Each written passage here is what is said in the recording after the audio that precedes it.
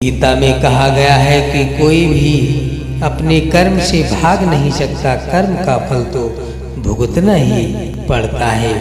मनुष्य को अपने कर्मों के अच्छे और बुरे फल के विषय में सदैव सोचकर चिंताग्रस्त नहीं होना चाहिए। मनुष्य अपने विश्वास से निर्मित होता है, जैसा वह विश्वास करता है वैसा वह बन जाता है। जो मनुष्य प्रतिदिन खाने सोने और आमोद प्रमोद के कार्य में लिप्त रहता है, वह नियमित तौर पर योगाभ्यास करके समस्त क्लेशों से छुटकारा पा सकता है। जब इंसान अपने काम में आनंद खोज लेते हैं, तब ये पूर्णता प्राप्त करते हैं। श्रीमद् भागवत गीता का मुख्य उद्देश्य मानव कल्याण करना है, इसीलिए प्रत्येक मनुष्य को सदैव मानव कल्याण की ओर अग्रसारित होना चाहिए। जब भ्रमित अर्जुन कुरुक्षेत्र में सलाह के लिए अपने सारथी भगवान कृष्ण के पास गए, तो भगवान कृष्ण ने उन्हें कुछ तर्क संगत दार्शनिक अवधारणाएं बताई जो आज भी प्रासंगिक हैं। भगवद गीता एक महाकाव्य ग्रंथ है जिसमें हमारी सभी समस्याओं का उत्तर है। स्वतंत्रता आंदोलन के समय भी कई नेताओं के लिए ये प्रेरणा की पुस्तक थी। कुछ भगवद गीता संदेशों पर एक नज़र डालें तो उसका जीवन में उपयोग मालूम होता है। या माफ करना और शांत रहना सीखिए, ऐसी ताकत बन जाओगे कि पहाड़ भी रास्ता देंगे। व्यक्ति को अपने इंद्रियों को बस में रखने के लिए बुद्धि और मन को नियंत्रित रखना होगा। जो होने वाला है वो होकर ही रहता है, और जो नहीं होने वाला है वह कभी नहीं होता।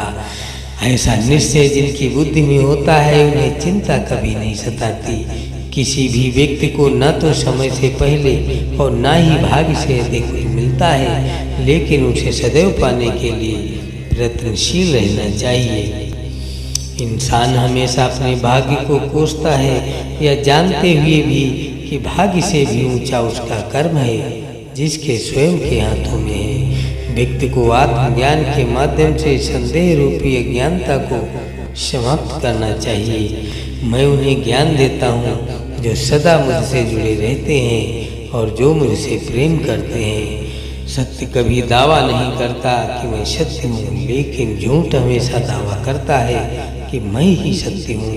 परिवर्तन संसार का नियम है। समय के साथ संसार में हर चीज़ परिवर्तन के लिए पालन करती है। हालांकि मैं भूत भविष्य और वर्तमान काल के तीनों जीवों को जानता हूँ, लेकिन मुझे वास्तव में कोई नहीं जानता। संयम, सदाचार, स्नेह एवं सेवा, ये गुण सत्संग के बिना नहीं आते। मनुष्य जिस रूप में ईश्वर को याद करता है, ईश्वर भी उसे उसी रूप में दर्शन देते हैं। अपने कर्तव्य का पालन करना ही प्रकृति द्वारा निर्धारित किया हुआ हो, वह कोई पास नहीं है। सज्जन व्यक्तियों को सदैव अच्छा व्यवहार करना चाहिए, क्योंकि इन्हीं के पद चिन्हों पर सामान्य व्यक्ति अपने रास्ते चलते हैं। बुद्धिमान को अपनी चेतना को एकजुट करना चाहिए और फल के लिए इच्छा छोड़ देनी चाहिए। मन अवश्य ही चंचल होता है, लेकिन उसे अभ्यास और वैराग्य के माध्यम से बस में लाया जा सकता है। इंद्रियों की दुनिया में कल्पना सुखों की प्रथम शुरुआत है और अंत भी, जो दुख को जन्म देता है। इस संपूर्ण संसार में कोई भी व्यक्ति महान नहीं जन्म से होता, बल्कि उसके कर्म ही उसे महान बनाते हैं। जीवन में कभी गुस्सा या क्रोध न करें, यह आपके जीवन के ध्वंस कर देगा। हे पार्थ, मैंने और तुमने अपने कर्तव्यों को निभाने के लिए धरती पर कई अवतार लिए हैं, लेकिन मुझे याद है और तुम्हें नहीं। वासना, क्रोध और लालच नरक के तीन ही दरवाजे हैं। जो मनुष्य जिस देवता की विश्वास के साथ भक्ति करता है, मैं उस व्यक्ति की उसी देवता में दृढ़ता बढ़ा देता हूँ। सभी काम छोड़कर बस भगवान में पूर्ण रूप से समर्पित हो जाओ, मैं तुम्हें सभी पापों से मुक्त कर दूंगा। कर्म करो, फल की चिंता मत करो। भगवद गीता का सबसे बुद्धिमान संदेश है। आज हम केवल पैसे, बेहतर घर, कार और सुरक्षित भविष्य के लिए काम कर रहे हैं। हम इतने लक्ष्य चालित हैं कि हम सब कुछ परिणाम के बारे में सोच कर ही करते हैं।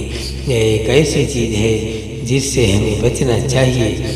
केवल इसीलिए यदि अपेक्षाएं पूरी नहीं होती तो दर्द अवश्यंभावी है।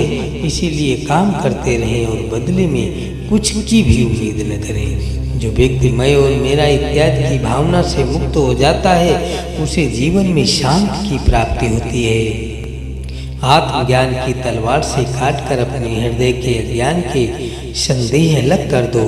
अनुशासित रहो, उठो और कार्य करो। जिस प्रकार से प्राकृतिक मौसम में बदलाव आता है ठीक उसी प्रकार से जीवन में भी सुख दुख आता रहता है। वह कभी स्थायी नहीं रहता। इस जीवन में ना कुछ खोता है ना व्यर्थ होता है। जो लोग परमात्मा को पाना चाहते हो ब्रह्मचर्य का पालन करते हैं। भगवान श्री कृष्ण कहते हैं कि मैं संसार की सुगंध हूँ, अग्नि की ऊष्मा हूँ और समस्त जीवित प्राणियों का आत्म संयम हूँ। बुद्धिमान व्यक्ति कभी भी कामुक सुख में आनंद लेते हैं। वह सदैव मोक्ष की प्राप्ति में लगे रहते हैं। वह जो सभी इच्छाएं त्याग देता है उसे शांति की प्राप्ति होती है। संपूर्ण संसार में जब अधर्म और पाप बढ़ता है तो मैं धर्म की पुनः स्थापना के लिए धरती पर अवतार लेता हूँ। जैसे अंधेरे में प्रकाश की ज्योति जगमगाती है ठीक उसी प्रकार से सत्य की चमक भी कभी फीकी नहीं पड़ती।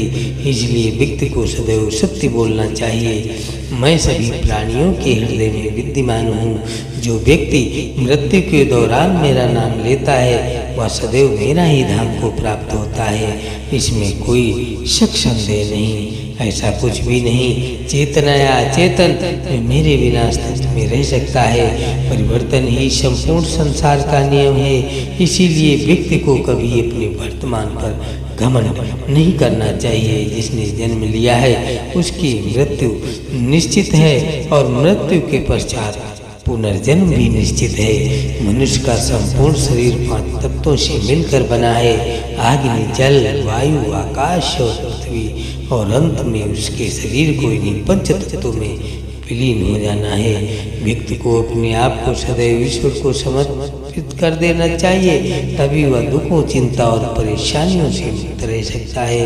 प्रत्येक बुद्धिमान व्यक्ति को क्रोध और लोभ त्याग देना चाहिए क्योंकि इससे आत्मा का पतन होता है। तुम बिन किसी कारण चिंता ही घबराते हो।